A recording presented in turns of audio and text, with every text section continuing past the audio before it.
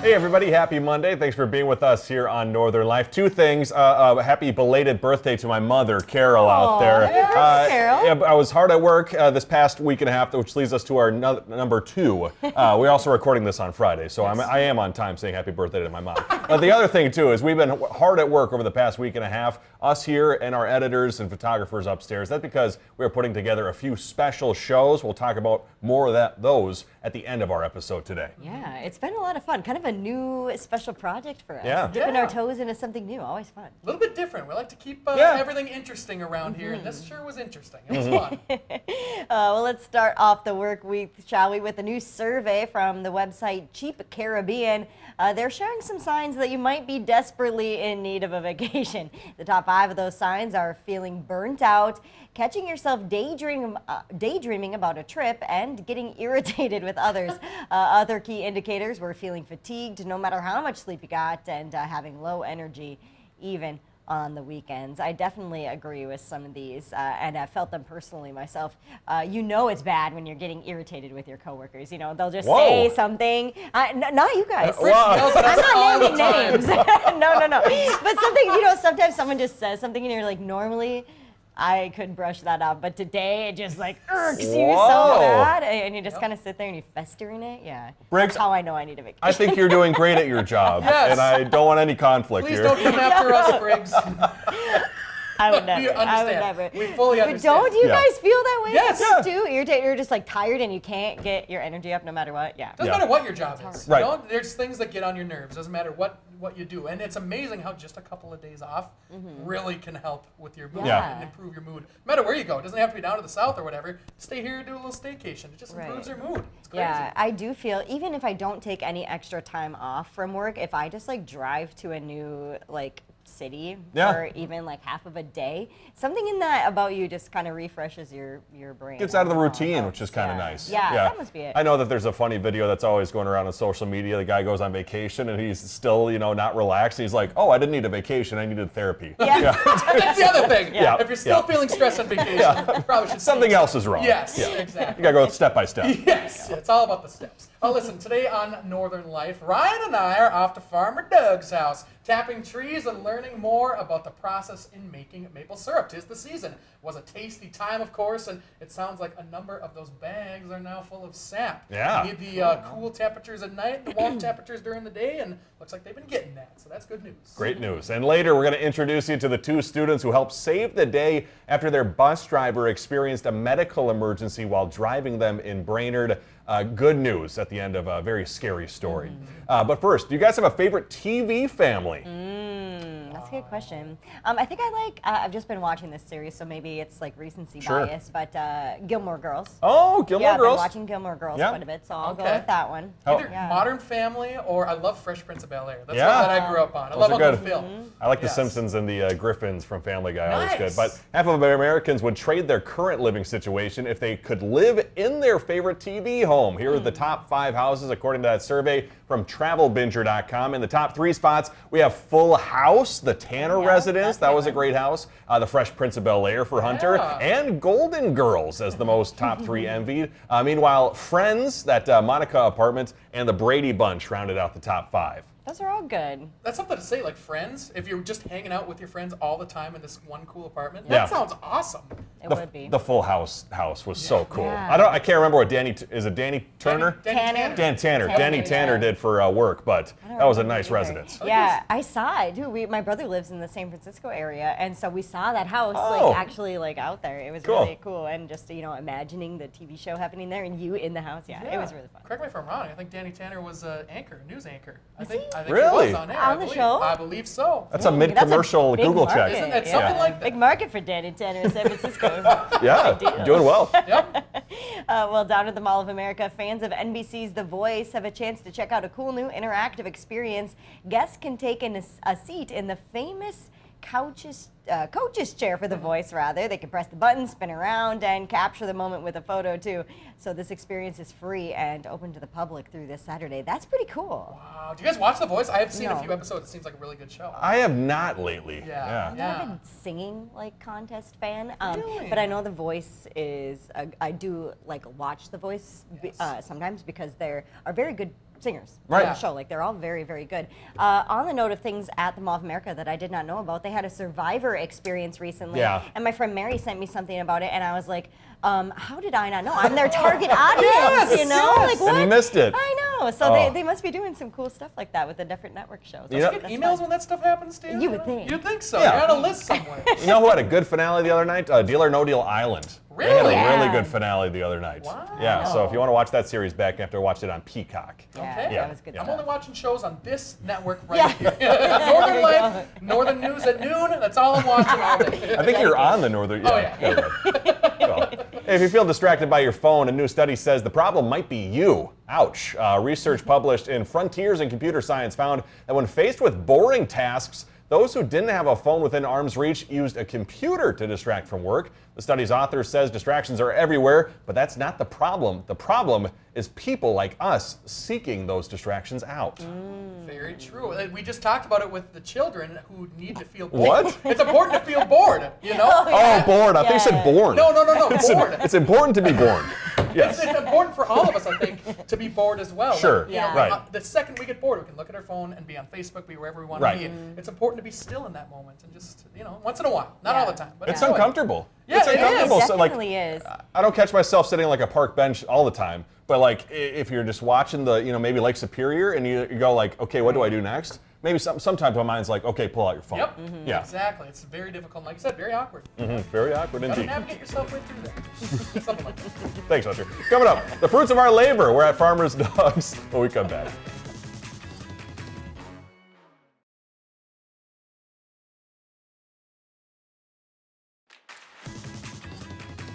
We all love pure maple syrup, whether we pour it over pancakes and waffles or drizzle it into our morning's oatmeal. Not a bad idea, but it's a process to make the oh-so-delicious treat. Yeah, so these guys traveled over to Farmer Doug's, getting to tap a few trees and try the locally made syrup for themselves. Is that the still?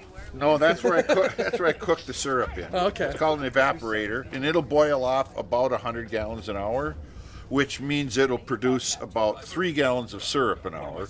That being said, it takes 50 gallons of sap just to fill the pans. Wow. So before I start cooking, and at 100 gallons an hour, if I'm going to light a fire, I got to have 200 or 300 gallons of sap, because the last thing you want to do is run out of sap. And in the back room is my wife's abode where she does the bottling. This actually came from Vermont, but that's how 100 years ago how sap was collected. They were wooden buckets that hung on a tree. Obviously the leakage factor and wood was there. Then from there we went to these buckets like this, and they had a slide over cover. The next step up was the aluminum bucket. They would kind of warp and distort if they got frozen. Another evolutionary along the way is we've gone from a half-inch tap like these here, which take 3 years to heal in the tree. Now we're down to a 5/16 tap that'll heal the first season. The health of the tree is the big thing, because you want this to be sustainable and last many years going forward. And the quicker that wound heals up in the tree, the less chance for any disease bacteria to get in there and cause havoc on the inside of the tree. So 5/16 bit, you go in 1.5 inches, right? And then you see you tap. These taps have that line. That's how far you want to be into the tree. Okay. Angling it so obviously it flows out. I had a buddy once call me. He's like, I can't get any sap. He drilled it like this, and then had to tap in like this. And I'm like, dude, like water goes downhill. So just make sure you're in the right, and make sure it's a maple. It's a burst. And you just go 1.5 inches. Right about there? Yeah, Okay. perfect. Okay.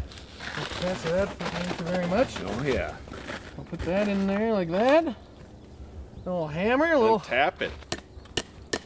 And I'll send you a picture on your email when this bag's full. It says Hunter's Tree. Yeah, there we go. It's about right there, right? Yeah, perfect.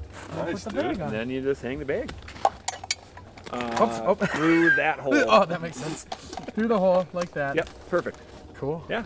Ryan? Are there certain maple trees that you guys are looking for out here? Or? Typically the natives around here are the silver maples, and that's what we've been tapping around here. Sugar maples are also native. Sugar maple has the highest concentrate of sugar, hence the name sugar maple versus a silver. So you'll probably need like 35 gallons to make 1 gallon of sugar maple versus a silver maple. Make sure the spout's facing out. Right? That'd be ideal. Yeah, right. That'd be good news. All right. Dave's like, what's going on over here? Cool. In there. We call him Queen All Shave. right. He cut off his thumb. Cool. That was David. That's a big boy. Big boy. Come on. How much sap can you get out of one tree? A gallon a day is kind of a good run. A quart of syrup is usually what you kind of figure per tap is a good year. It's time to start the nature process. We're down to about 500 taps now. We get about 100 gallons of syrup out of that on a good year. Some years less, some years more, but that's kind of our rule of thumb. There's your tree. That's my tree right there. You're gonna produce, buddy. All right, trying that. Oh, That's amazing. that's really good. Oh my gosh. I'm licking the bottom of the container. Wow. I got no shame. That's good. Thank you, trees. Wow. I kind of feel like the Lorax saying thank you, trees. Yes, yes. Save the trees. Not gonna lie, got back to the station. We both got a bottle. Shania got a bottle as well, and just cracked Syrup, it. of syrup. Yeah, oh yeah, syrup. Of syrup. Right. Cracked it right open. Put it on my finger, and I had a couple finger tastes right when I got back. So. Yeah, and thank you guys for bringing me some too. I had a little you got taste. some? Yeah, on the it was show. I on think the that show, one- Hunter. Oh, we were here. All three of us You were here. here. You were here. I remember that. It was good, I got a wasn't it? spoonful. Yeah, it was super, super good. It's important to be bored. All right? Brain He's fog, probably ladies like and looking gentlemen. at his phone underneath the desk or something as I was trying to serve. No. There's no computer insight. But big thanks to Farmer Doug. I know they do a lot of things over there. They got the Christmas trees. I know they got their pumpkin patch too. Yeah. Flowers as well throughout the season.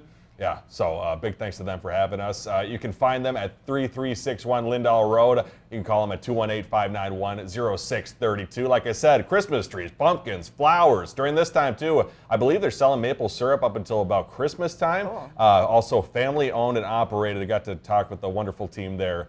They've been doing it over 40 years, which is amazing. incredible. Yeah. I mentioned to them, I'm like, we could probably do another segment where we bring a Christmas tree into here. Then we thought about it. We're like, having a dead tree in the middle of the studio with hot lights on. Lot of Probably lights. not a bad Might idea. be, Not a good idea. Yeah, a pumpkin might be fire good. risk. Yeah, Pumpkin's probably good.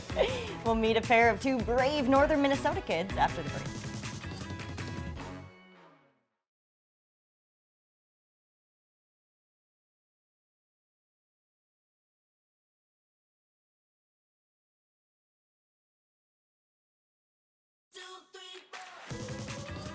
Welcome back, everybody. Over in Michigan, it's not every day you see such a big act of kindness, especially when money is involved. But recently, a Michigan man made busy with work found a wallet full of cash in the middle of the road and made it a point to return that wallet. 26-year-old Donnie Hansen returned the wallet to a woman and her kid who had just worked the entire weekend and made nearly $100 in cash tips. The woman says good deeds like this make her family want to pay it forward.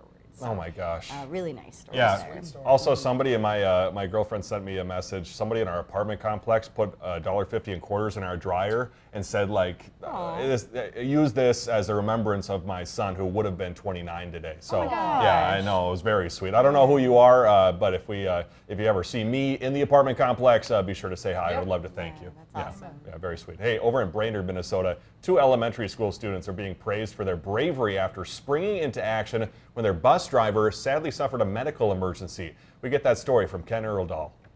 He's our hero, and nobody can replace you. Love for Brainerd bus driver Peter Lodermeyer was overflowing at Riverside Elementary Wednesday. Peter's been my favorite bus driver. But when 4th grader Lucy Marshall got on the bus Tuesday, she could tell something was wrong. So I noticed that his ear was like red and like it looked like dry blood. And he kind of didn't like seem himself, kind of. Fellow 4th grader Cabe Story says he grew more concerned when the bus skipped just its second stop near the high school. And he like just passed right by it. Like, I was like, Peter, you missed the stop.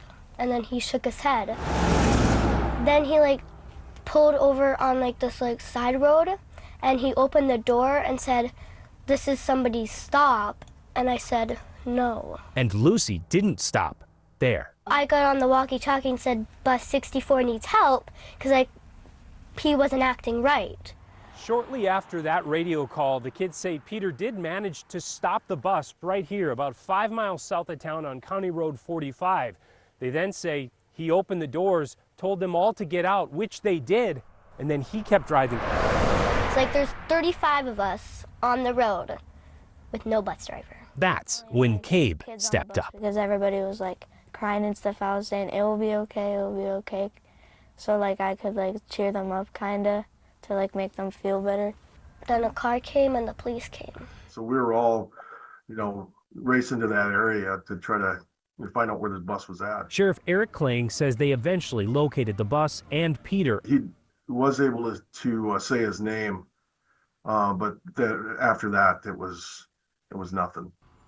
He was in a very serious state, so prayers out to him. Peter is loved. Principal Jill Bjorgi says that's evident in all those cards. And just like Monday, Lucy's speaks loudest. You're the best bus driver ever. I'm praying that you're getting better.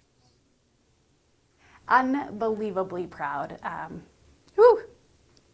so thankful. I'm thankful. We have a leadership program here at Riverside, and Lucy participates in many of the activities because she's just a natural born leader. I'm so thankful she took charge and that Cabe helped support. To be able to understand how to respond in a crisis like that is unbelievable. That little girl's unbelievable. Yeah. And so is the little boy, too, who helped. Amazing. To grab the radio, too, and to know what bus you're on. So smart. Yeah, Really yeah, smart. very smart. Yep. Good on her. And at last check, bus driver's still in the hospital. We're waiting for an update on that. An important Northern Life announcement for this week's shows. We'll tell you more about it when we come back.